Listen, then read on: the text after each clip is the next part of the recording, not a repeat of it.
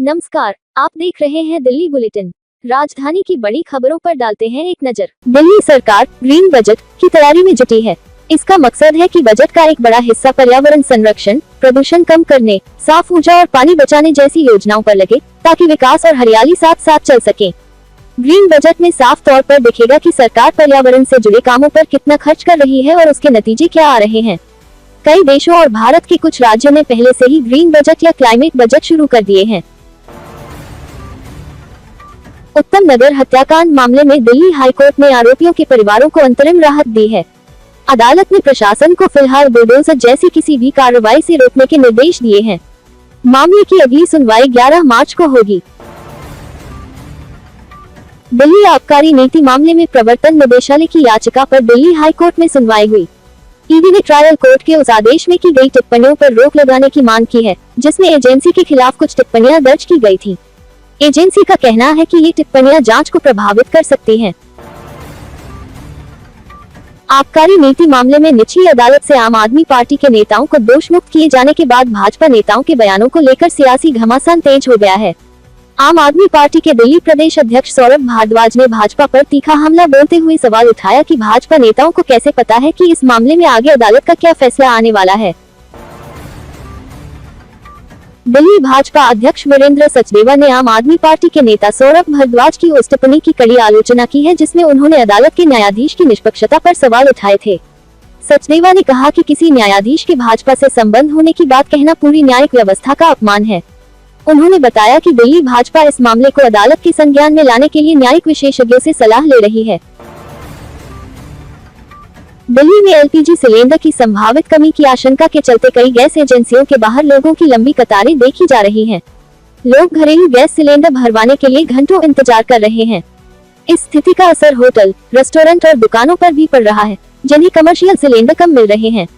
कुछ इलाकों में कालाबाजारी की शिकायतें भी सामने आई हैं, जहां सिलेंडर 1500 रुपये तक में बेचे जा रहे हैं। देश में एलपीजी गैस की आपूर्ति को लेकर बढ़ती आशंकाओं और कमर्शियल गैस की सप्लाई सीमित किए जाने की खबरों के बीच आम आदमी पार्टी ने केंद्र सरकार पर हमला बोला है।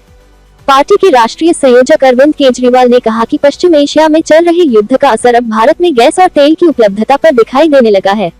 हालात आगे और खराब हो सकते हैं। दिल्ली में इस माह 200 नई इलेक्ट्रिक बसें डीटीसी के बेड़े में शामिल होंगी। राजधानी में अभी 4000 से अधिक ईवी बसें चल रही हैं और वर्ष के अंत तक इन्हें 7500 तक पहुंचाने का लक्ष्य है। लोक निर्माण विभाग ने नागरिकों की सुविधा के लिए पीडब्ल्यूडी सेवा ऐप को नए रूप में लॉन्च किया है। इस ऐप के जरिए दिल्ली की सड़कों और सार्वजनिक बुनियादी ढांचे से जुड़ी शिकायतों को दर्ज करना और उनकी निगरानी करना आसान हो जाएगा। एमसीडी में नई योजना के शुभारंभ कार्यक्रम में प्रमुख जनप्रतिनिधियों की अनदेखी का मामला सामने आया है। महापौर कार्यालय में सोमवार को मलबा पोर्टल के लॉन्च के लिए आयोजित कार्यक्रम में एमसीडी में कई अहम पदों पर बैठे भाजपा के वरिष्ठ पार्षदों को न तो आमंत्रित किया गया और न ही उन्हें कार्यक्रम की जानकारी दी गई।